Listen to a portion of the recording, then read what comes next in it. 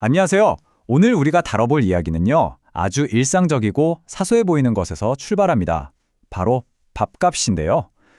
여러분, 영수증 하나로 한 사회의 교육 철학과 민주주의의 건강 상태까지 싹 다 들여다볼 수 있다고 하면 믿으시겠어요? 자, 지금부터 그 흥미로운 이야기를 파헤쳐 보겠습니다. 만약 기자하고 정치인이 같이 밥을 먹는다면 밥값 도대체 누가 내야 할까요? 되게 단순해 보이죠? 그런데 사실 이 질문이요, 우리를 아주 거대한 문화적 딜레마 속으로 확 밀어넣는 엄청난 질문입니다. 취재윤리, 인간관계, 이런 복잡한 문제들이 얽혀 있거든요. 과연 정답이 있을까요? 자, 그럼 첫 번째 내용, 점심 식사의 비용, 그리고 윤리와 거리두기에 대해 살펴보죠. 소스 자료를 보면요, 언론 문화에 따라 이 윤리적 기준이 정말 극명하게 갈립니다. 한국이나 일본 같은 동아시아에서는 취재원이랑 밥도 먹고 술도 한잔 하면서 이른바 가족 같은 끈끈한 관계를 맺는 걸 되게 자연스럽게 생각하잖아요? 심지어 유능한 기자의 덕목으로 보기도 하죠. 친해져야 진짜 속 깊은 정보가 나온다고 믿으니까요. 그런데 미국 저널리즘은 완전히 다릅니다. 경계선이 아주 칼 같아요. 이해 충돌을 애초에 싹둑 잘라내기 위해서 식사비는 무조건 각자 내거나 기자가 자기 돈으로 계산합니다. 공과사의 선을 그야말로 냉정하게 긋는 거죠. 이 대목에서 진짜 인상 깊은 일화가 하나 나옵니다. 나를 친구로 생각하지 마라. 소스 자료에 나오는 한 미국 종군 기자의 이야기인데요. 이 기자가 아프가니스탄에서 취재하면서 현지 미군 장교들이랑 인간적으로 엄청나게 친해졌어요. 장교 딸이 곧 대학에 간다는 아주 사적인 과정사까지 다 알 정도로요. 그런데 어느 날 한 장교가 오바마 대통령을 심하게 험담하는 걸 듣게 됩니다. 자, 어떻게 했을까요? 네, 결국 기사화해버립니다. 그 기사 하나로 장교의 커리어는 물론이고 딸의 미래까지 망가질 수도 있다는 걸 뻔히 알면서도 원칙을 지킨 거예요. 개인적인 친분보다는 시스템의 윤리가 훨씬 더 중요하다는 걸 아주 뼈저리게 보여주는 대목이죠.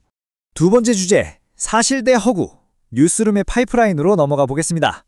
이제 개인의 윤리를 넘어 기사가 만들어지는 거시적인 시스템 자체를 한번 뜯어보죠.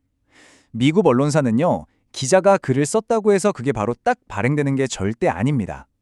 이름이나 사건이 맞는지 치밀하게 대조하는 전담 팩트체크 단계가 따로 있고요. 맞춤법 검사, 거기다 혹시 모를 법적인 문제까지 꼼꼼히 검토합니다.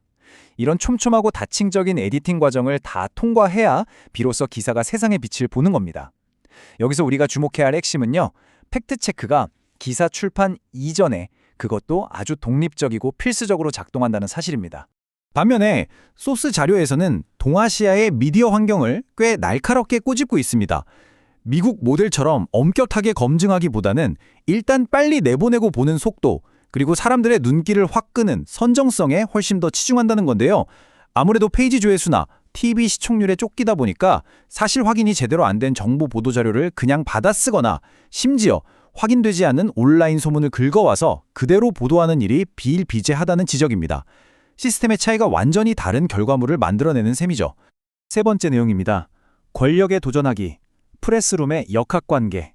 그렇다면 이렇게 다른 주 언론 시스템이 진짜 권력자 앞에서는 어떤 모습을 보일까요?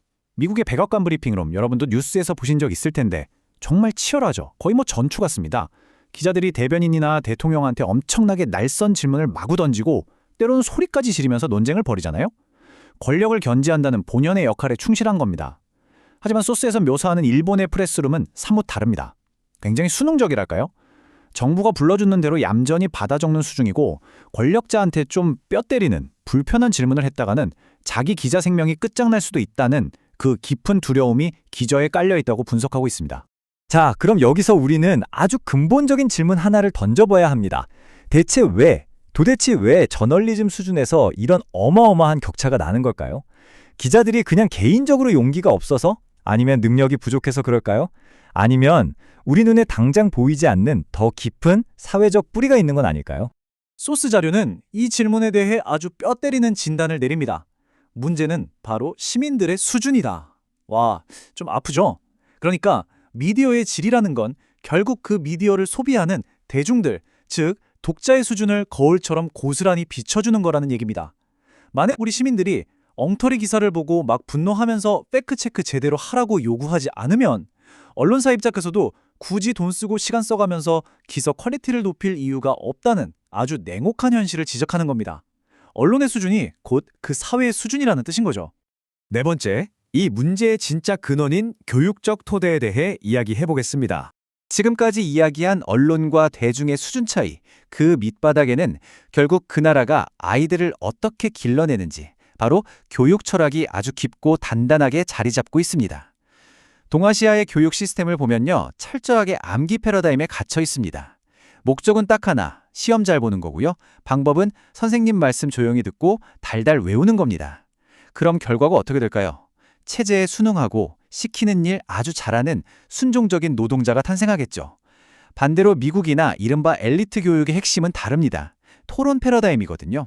고전 문학을 읽고 자기들끼리 피 터지게 토론하면서 자신만의 확고한 세계관을 만들어갑니다. 그 결과 권위 앞에서도 당당하게 왜요? 라고 질문할 수 있는 비판적 사고가 길러지는 겁니다. 이 암기 위주 교육의 부작용을 아주 생생하게 보여주는 일화가 하나 나옵니다. 한 대학원 수업에서 교수님이 자, 여러분, 우리 자유롭게 한번 토론해 봅시다 했는데 교실에 아주 무거운 숨막히는 정적만 흘렀다는 거예요. 왜 아무도 입을 뻥긋하지 못했을까요? 이 학생들은 초등학교 때부터 대학원 올 때까지 오직 정답을 듣고 머릿속에 집어넣는 훈련만 주구장창 해왔거든요.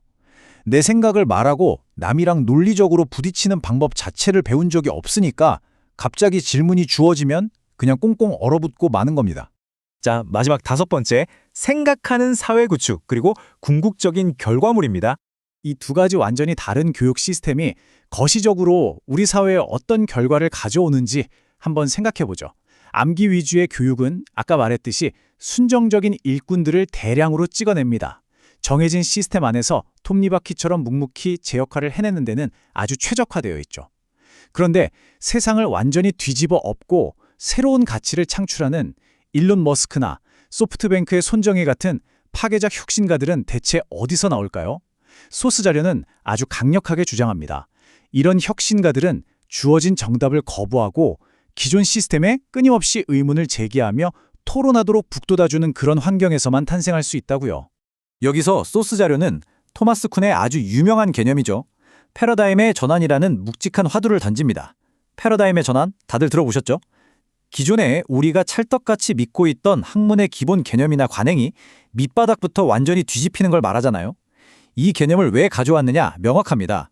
우리가 더 나은 저널리즘, 더 혁신적인 사회로 나아가려면요, 그냥 머릿속에 지식만 우겨 넣을 게 아니라 우리가 절대적인 진리라고 굳게 믿고 있는 그 낡은 토대 자체를 끊임없이 의심하고 과감하게 부숴버릴 수 있어야 한다는 걸 강조하기 위해서입니다. 자, 이제 오늘 이야기를 마무리하면서 여러분께 아주 도발적인 질문을 하나 던지고 싶습니다. 우리는 지금 과거를 그저 달달 암기하기만 하는 사회를 만들고 있습니까? 아니면 다가올 미래를 치열하게 토론하는 사회를 만들고 있습니까? 짧은 질문이지만 오늘 우리가 살펴봤던 그 밥값의 윤리 문제, 뉴스룸의 시스템, 그리고 교육의 본질까지 모든 걸 관통하고 있죠. 여러분 자신은 지금 어떤 학습의 패러다임으로 세상을 바라보고 계신지 이번 기회에 한번 깊이 생각해 보셨으면 좋겠습니다.